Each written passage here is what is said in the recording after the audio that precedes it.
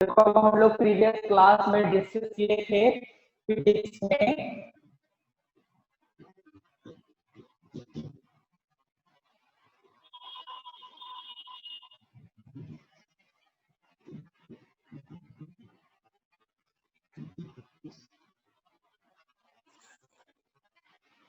हम लोग फिजिक्स में कल डिस्कस कर रहे थे ग्रेविटेशन के बारे में। ग्रेविटेशन में हम लोग डिस्कस कर रहे थे केपलर्स लॉ के बारे में।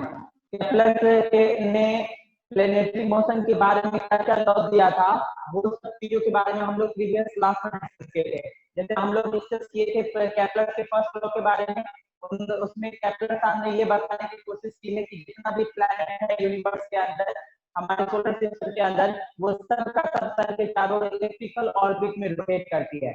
जिसका रीजन क्या है, इसका मतलब ये हुआ तो हमारा अर्थ भी इलेक्ट्रिकल ऑर्बिट में रोटेट कर रही है। इलेक्ट्रिकल ऑर्बिट में रोटेट करने की वजह से आज जो हमको समर और विंटर का जो सीजन चेंज हो रहा है, वो इलेक्ट्रिकल ऑर्बिट में रिवोल्यूशन की वजह से। अगर कभी कभी क्या होता है, अर्थ जो है से काफी दूर चला जाता है, कभी कभी अर्थ जो है सन से काफी नजदीक हो जाता है। जब नजदीक होता है तो समर होता है, जब दूर होता है तो विंटर होता है। उसके बाद हम लोग क्या डिस्कस किए, हम लोग प्रीवियस क्लास में ये डिस्कस किए केपलर के सेकंड लॉ के बारे में। केपलर का सेकंड लॉ ये कहता है कि अगर कोई भी प्लैनेट और सूरज के केंद्र को मिलाने वाली लाइन सेगमेंट, जब वो प्लैनेट सूरज के चारों रिवॉल्व करेगी तो वो लाइन भी शिफ्ट करेगा। जब वो शिफ्ट करेगा तो उसका एरिया जितना होगा और उसके टाइम जितना लगेगा, और जब वो नजदीक होता है तो उतना ही समय में वो जितना शिफ्ट उसका एरिया जितना होगा वो दोनों बराबर होगा। कहने का मतलब ये हुआ कि प्लैनेटरी मोशन में केपलर के माध्यम से केपलर ने टेक्नोलॉजी को बताने की कोशिश की है कि जब कोई प्लैनेट सूरज से दूर होता है तो उसका जो मोशन होता है वो धीरे होता है, और जब वो नजदीक होता है तो उसका मोशन जो होता है वो क्या होता है, बहुत स्पीड में होता है या तेज होता है, लेकिन एनर्जी ज्यादा होता है। उसके बाद हम लोग, बाबू म्यूट हो जाओ, लो। उसके बाद हम लोग डिस्कस किए थे केपलर के थर्ड लॉ के बारे में। केपलर का थर्ड लॉ क्या कहता है? केपलर का थर्ड लॉ ये कहता है कि अगर कोई भी प्लैनेट, ठीक है, घूमने यानी अर्थ को सन के चारों रिवोल्यूशन करने में जितना टाइम ले रहा है ना, वो डिपेंड करता है किस पे, उसके बीच का जो मीन यानी मेजर आर्क का, मेजर आर्क का जो मीन पोजीशन होता है उसके क्यूब के बराबर होता है, यानी टी स्क्वायर होता है। हेलो, आपका आवाज कट कट के आ रहा है। हाँ बाबू आज, हाँ नेटवर्क प्रॉब्लम है, इसी वजह से करके आ रहा होगा। ठीक है, आज वेदर ठीक नहीं है इसीलिए नेटवर्क उनकी वजह से आ रहा होगा।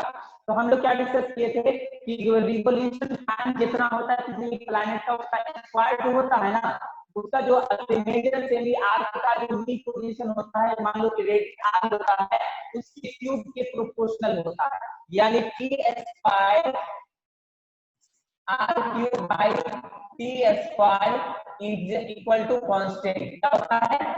कांस्टेंट होता है, यानी ये बदलता नहीं है। आर क्यूब और टी स्क्वायर का जो रेशियो निकालेंगे वो किसी भी प्लैनेट का निकालेंगे वो हमेशा कांस्टेंट रहेगा, वो बदलेगा नहीं। ये केपलर के थर्ड लॉ में कहा गया है। उसके बाद हम लोग आगे डिस्कस करेंगे न्यूटन साहब ने कैसे गेस किया कि Newton inverse square rule, Newton ने इनवर्स स्क्वायर रूल के बारे में कैसे गेस किया, उसके बारे में आज हम लोग डिस्कस करेंगे।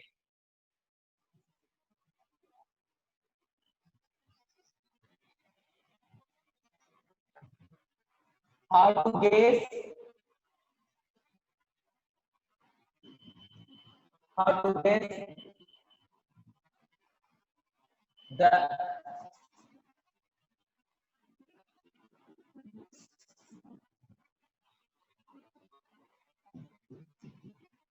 Newton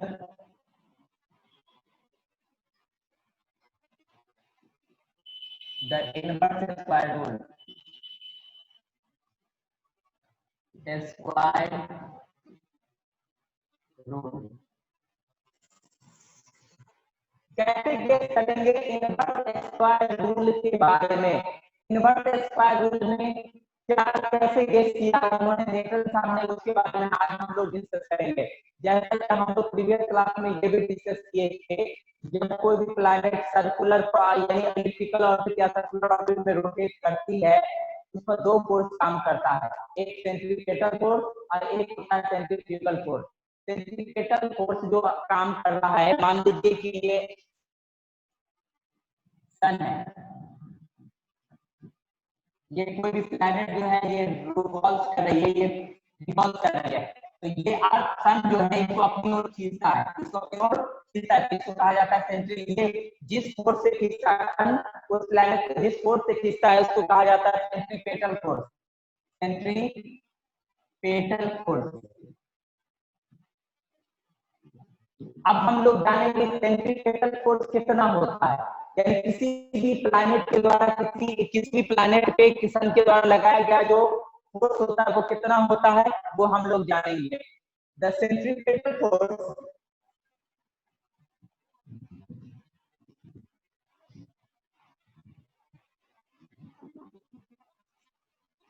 petal force F equal to mv²/r, यानी इस सन के द्वारा इस प्लेनेट पे लगने वाला जो सेंट्रीपेटल फोर्स होता है वो कितना होता है, F इक्वल टू mv²/r। ये हमारे क्वेश्चन फर्स्ट हो गया। इस यानी ये सेंट्रीपेटल फोर्स किन किन चीजों पर डिपेंड कर रहा है, मास ऑफ द प्लेनेट पे, दूसरा Vm यानी उसके वेलोसिटी पे, और उसके पे बीच का जो डिस्टेंस है r पे डिपेंड कर रहा है, इसके मास पे डिपेंड कर रहा है, और उसके रफ्तार पे डिपेंड कर रहा है, वेलोसिटी पे डिपेंड कर रहा है कि किस रफ्तार से ये मूव कर रहा है। सेंट्रीपेटल फोर्स जो होता है F इक्वल टू mv²/r, यानी इस इक्वेशन को देखने से ये पता चला कि F जो है वो मास पर भी डिपेंड कर रहा है, वेलोसिटी पर भी डिपेंड कर रहा है, एंड रेडियस पर भी डिपेंड कर रहा है। Here F depends on mass of the body, mass of the planet, mass of the planet,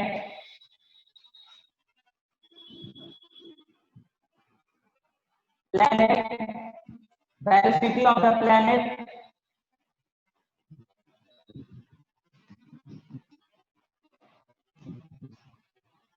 and distance of the planet.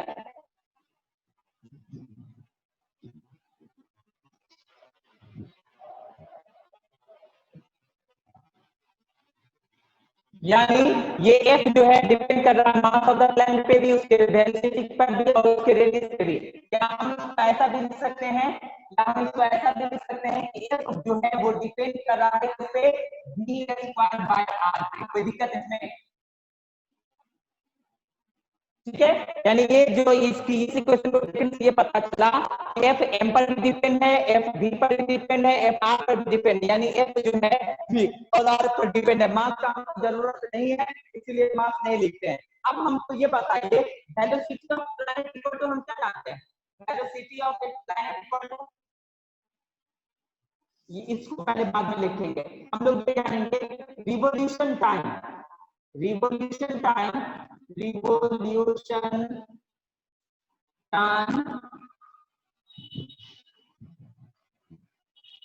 of revolution of planet equal to क्या होता है, किसी भी प्लैनेट पे रिवोल्यूशन का जो टाइम होता है वो डिपेंड करता है क्या होता है, E इक्वल टू होता है, ये प्लैनेट सर्कुलर ऑर्बिट में रोटेट कर रहा है, तो 2πr बाय कितना होता है, डिस्टेंस बाय एफपी, एफपी इसका कितना है, v होता है, तो आगे v इधर मल्टीप्लाई में आ जाएगा, v इक्वल टू क्या हो जाएगा, 2πr बाय t। इसमें देखने से ये पता चला कि ये प्लैनेटरी जो मोशन है, यानी वेलोसिटी जो है प्लैनेट का, वो डिपेंड कर रहा है रेडियस और टाइम पे, ठीक है। Here v depends on d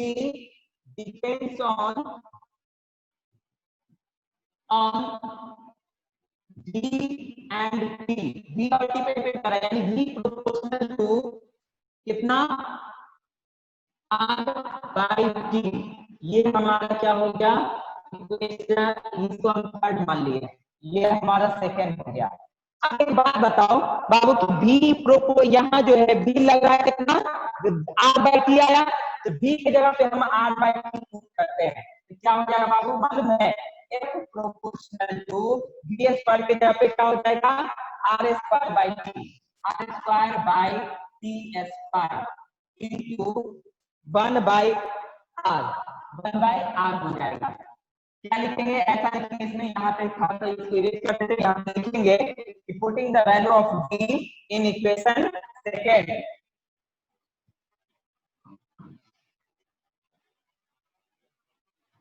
putting the value of b in equation second, equation second क्या है, f proportional to b square by r, f proportional to b की जगह पे क्या करेंगे, r square by t square into 1/r, ये क्या हो जाएगा, f proportional to r square by r into t square, इसको हम मल्टीप्लाई करेंगे तो r into r equal to r square क्या होगा, r क्यूब बाय r से r ये मल्टीप्लाई होगा तो r स्क्वायर इनटू t, इसका मतलब ये होगा r square by t square, r square by t square होता है, वो क्या होता है, प्लैनेटरी कांस्टेंट होता है, यानी f proportional to 1/r square हो गया, क्योंकि क्या होता है f जो हो यानी r cube by T square is a planetary constant, constant equal to constant. तो देखो बाबू, ये न्यूटन साहब ने इनवर्स स्क्वायर रूल के बारे में कैसे किया, इसके बारे में हम लोगों ने डिस्कस किया। तो हमने क्या किया, सबसे पहले हम बताने की कोशिश की कि कोई भी प्लैनेट पर तो सेंट्रीफ्यूगल फोर्स अप्लाई करता है सन, तो कितना होता है, F equal to mv square by r, यानी mv स्क्वायर बाय r, इसका मतलब F जो है अगर मास घटेगा बढ़ेगा तो F पर इफेक्ट पड़ेगा, वेलोसिटी घटेगा बढ़ेगा तो F पे डिपेंड करेगा, और दोनों के बीच का डिस्टेंस r जो है ये घटेगा बढ़ेगा तो फोर्स पर भी डिपेंड करेगा। इसका मतलब ये हुआ कि F m पर भी डिपेंड है, F जो है वेलोसिटी पर भी डिपेंड है, और F r पे भी डिपेंड है। हमको m का मास ऑफ द बॉडी का जरूरत नहीं है, मास ऑफ द प्लैनेट की जरूरत नहीं है, तो हम सिर्फ ये लिखे कि यहाँ हम इसको ऐसा लिख सकते हैं कि F डिपेंड करता है v स्क्वायर और r पे, v स्क्वायर और r पे। उसके बाद हम ये जानते हैं बाबू कि कोई भी प्लैनेट का जो रिवोल्यूशन टाइम ऑफ रिवोल्यूशन होता है वो इक्वल टू क्या होता है, क्योंकि वो सर्कुलर ऑर्बिट में रोटेट करता है, तो सर्कुलर ऑर्बिट का जो डिस्टेंस क्या होता है 2πr होता है, तो 2πr बाई स्पीड क्या है, स्पीड किस रफ्तार से ये मूव कर रहा है, v के स्पीड से, तो हम इसका रिवोल्यूशन टाइम जो निकाले तो ये क्या निकला, revolution time equal to 2πr by v, इससे हम v का वैल्यू निकाले, v equal to 2πr by t, ये 2π कांस्टेंट है, 2 भी कांस्टेंट और r भी कांस्टेंट है, तो डिपेंड किस पर कर रहा है ये वैल्यू, ये डिपेंड कर रहा है radius of the distance between the planet और टाइम रिवोल्यूशन टाइम पे, यानी इसका मतलब b जो है वो डिपेंड करता है और t पे,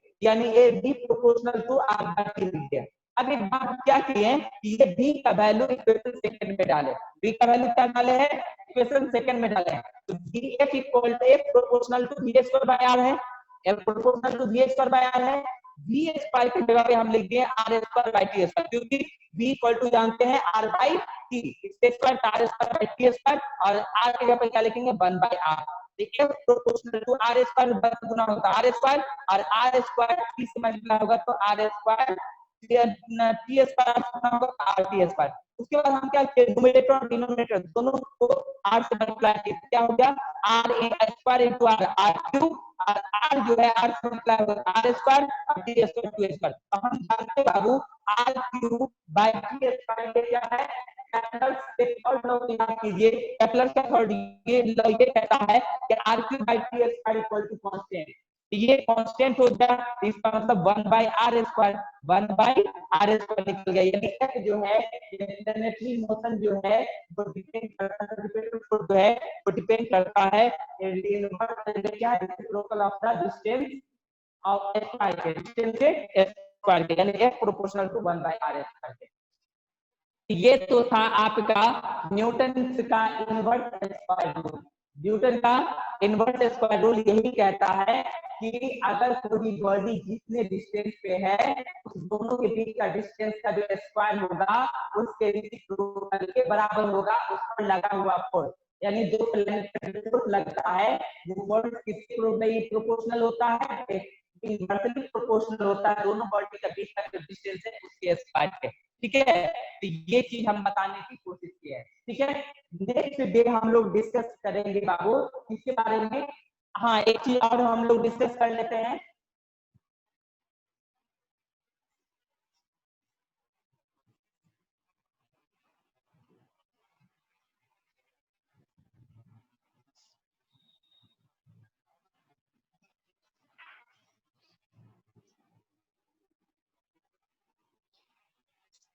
तो ये हम लोगों ने डिस्कस किया।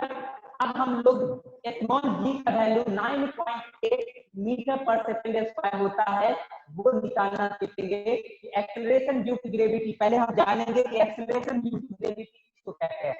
Acceleration due to gravity, acceleration due to gravity.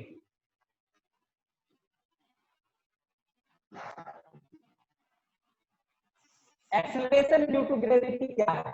Acceleration due to gravity का मतलब ये हुआ कि आप किसी भी ऑब्जेक्ट को जिस फोर्स से खींचती है तो उस बॉडी के अंदर जो वेलोसिटी में जो चेंजिंग आती रहती है वो जो चेंज रेट उसके रेट को क्या कहा जाता है, एक्सेलरेशन ड्यू टू ग्रेविटी कहा जाता है। जैसे एज एग्जांपल कोई बॉडी ऊपर से नीचे गिर रहा है ना, तो जैसे जैसे वो नजदीक ऊपर से नीचे आता है वैसे वैसे उसका स्पीड बढ़ता जाता है, यानी एक्सीलरेशन उसका यानी वेलोसिटी चेंज होता रहता है। और वेलोसिटी चेंज होने में कुछ ना कुछ टाइम लगेगा, 1 सेकंड या 2 सेकंड या 3 सेकंड, तो वो क्या कहलाता है, एक्सेलरेशन ड्यू टू ग्रेविटी कहलाता है। ठीक है, एक्सेलरेशन ड्यू टू ग्रेविटी अगर कोई पूछेगा किसको कहते हैं, एक्सेलरेशन ड्यू टू ग्रेविटी को जी से रिलेटेड किया जाता है। कैसे डिफाइन किया जाता है, जी से रिलेटेड किया जाता है। और जी का वैल्यू कितना होता है बाबू, G equal to 9.8 metre per second square. ये हमको निकालना है, ये एक्सेलरेशन ड्यू टू ग्रेविटी का value G equal to 9.8 metre per second per second square हमको निकालना है। कैसे होता है, एक बात मान लीजिए, ये कोई, ये हमारा अर्थ है, ये हमारा अर्थ है और ऊपर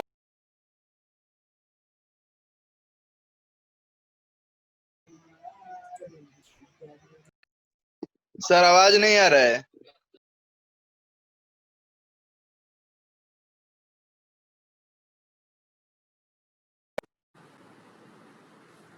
ये इसका मास है बाबू, इसका मास है m और अर्थ जो है उसका मास हम मान लेते हैं me। Mass of the earth is equal to me और बॉडी का मास है m। इस दोनों बॉडी पर लगने वाला जो gravitational acceleration due to gravity होगा, g का वैल्यू कितना होगा वो हमको निकालना है। एक बात बताओ बाबू, हमको मालूम है मास ऑफ द अर्थ कितना मालूम है, mass of the earth me, mass of the earth equal to हमको मालूम है बाबू कितना, 6 into 10 to the power 24 kg। इस अर्थ का मास कितना है, 6 into 10 to the power 24 kg। और रेडियस ऑफ द अर्थ कितना है, radius of the earth R equal to दिया हुआ है कितना, 6.4 into 10 to the power कितना, 6 किलोमीटर। कितना किलोमीटर, इतना किलोमीटर है इसका डिस्टेंस, किसका, अर्थ का।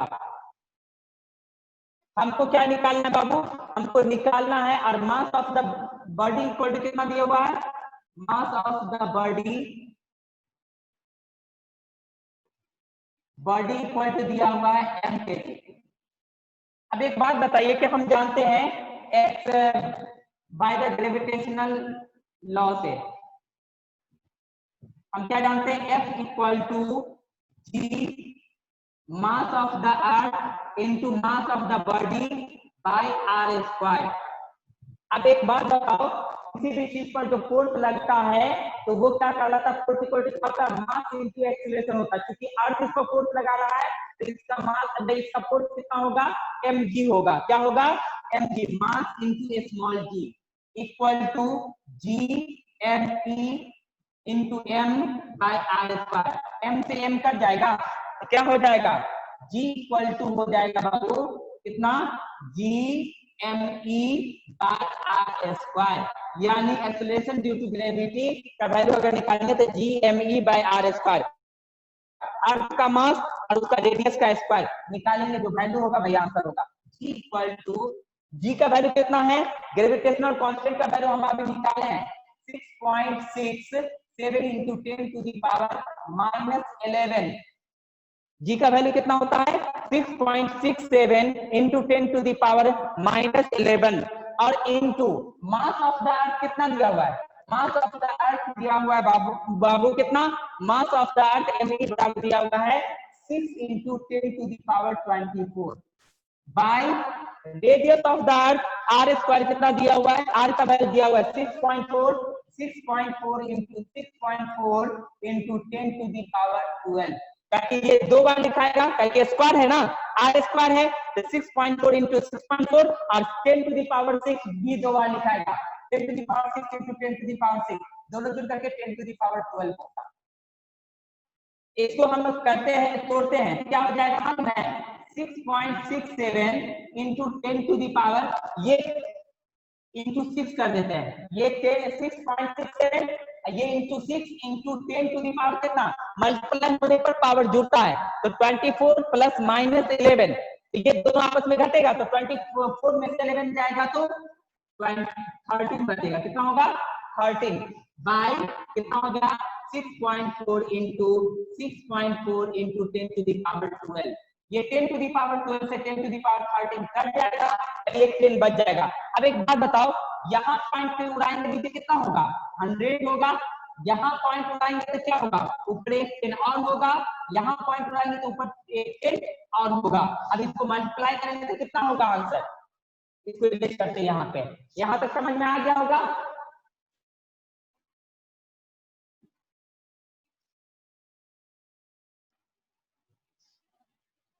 G इक्वल टू कितना है बाबू, G equal to 6.67 into 6 into 10, यहां भी है 10, यहां भी है 10, यहां भी है 1000 लिख दे, 1000 बाय कितना दिया हुआ है 100 इंटू 6.4 यानी 64 इंटू 64 ये दिया हुआ है।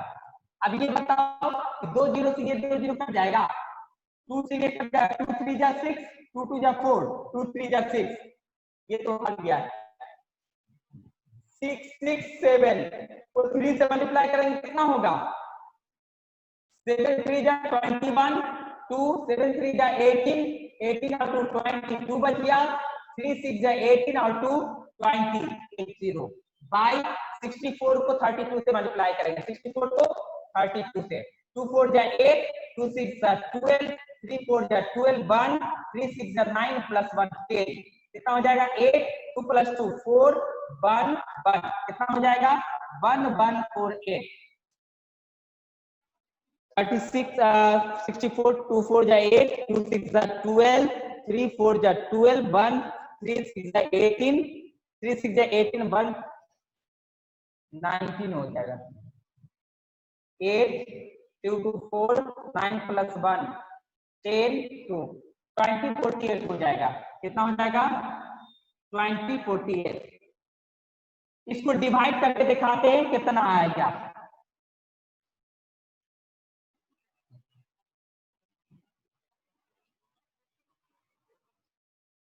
इस कितना है 2 0 0 1 0 इसको डिवाइड करना है कितना से, 2048 से। अब एक बात बताओ, ये 2048 है, ये 2001 है, तो ये बड़ा हो गया, ये छोटा हो गया, तो डायरेक्ट हम लगाते हैं 2048 को 9 से मल्टीप्लाई करके देखते हैं। 9 8 जा 72, 7 9 4 36, 36 आप 4 40 43 4 बच गया 900 उसी तरह उत्तर जाएगा 9 2 जा 18। ये कितना है, ये 20,010 है, ये 18,432 है, तो 9 टाइम्स में ये लग जाएगा। 9 टाइम्स में लगा कितना हो जाएगा 18432। इसको सब्ट्रैक्ट करेंगे, 10 में से 2 जाएगा तो 8 0 हो जाएगा, 10 में से 3 जाएगा तो 7 और ये कितना हो जाएगा 9 9 में से 4 जाएगा तो 5 और 9 में से 8 जाएगा तो 1, ये कट जाएगा, हो गया। फिर 2048 पॉइंट देंगे यहाँ, एक 0 रहेगा, तो ये 2048 को कितना से मल्टीप्लाई करें तो इतना आएगा। तो देखो 2048 को 7 से करके देखते हैं। 7 8 जा 56, 5 7 4 जा 28, 28 और 2 30 33, 7 2 जा 14, ये लग जाएगा 7 टाइम्स 9.7 को लगाएं तो 14336। इसको सब्ट्रैक्ट करेंगे कितना होगा, 10 में से 6 जाएगा तो 4, 7 में से 3 जाएगा तो 4, 7 में से 3 जाएगा तो 4, 5 में से 4 माइनस होगा तो 1, ये कट जाएगा। फिर ये यहाँ पर जो पॉइंट है तो यहाँ पे 0 डाल देंगे, ये कितना हो गया 440, तो फिर 7 से लगेगा, फिर 7 से लगेगा तो कितना होगा 14336, यानी चलता जाएगा। तो कितना आया ये बाबू, इसको काटने पर आया 9.77 डॉट डॉट डॉट, ये 7 को हटाएंगे तो इसमें एक ऐड हो जाएगा, यानी ये अप्रॉक्स हो गया 9.8 न्यूटन के, यानी मीटर पर सेकेंड स्क्वायर, यानी जी का वैल्यू कितना निकला 9.8 मीटर पर सेकेंड स्क्वायर, ये इसका आंसर होगा। ठीक है, तो आज हम लोगों ने डिस्कस क्या किया इसके बारे में, एक्सेलरेशन ड्यू टू ग्रेविटी का वैल्यू 9.8 कैसे आता है और क्या इनवर्स स्क्वायर रूल क्या है, इसके बारे में बताएं। नेक्स्ट डे हम और आगे डिस्कस करेंगे। ठीक है, कि प्लेन में मून पे कितना भाई मास होता है और अर्थ पे उसी बॉडी का कितना मास होता है, इसके बारे में। ठीक है, नेक्स्ट डे, ओके बाय।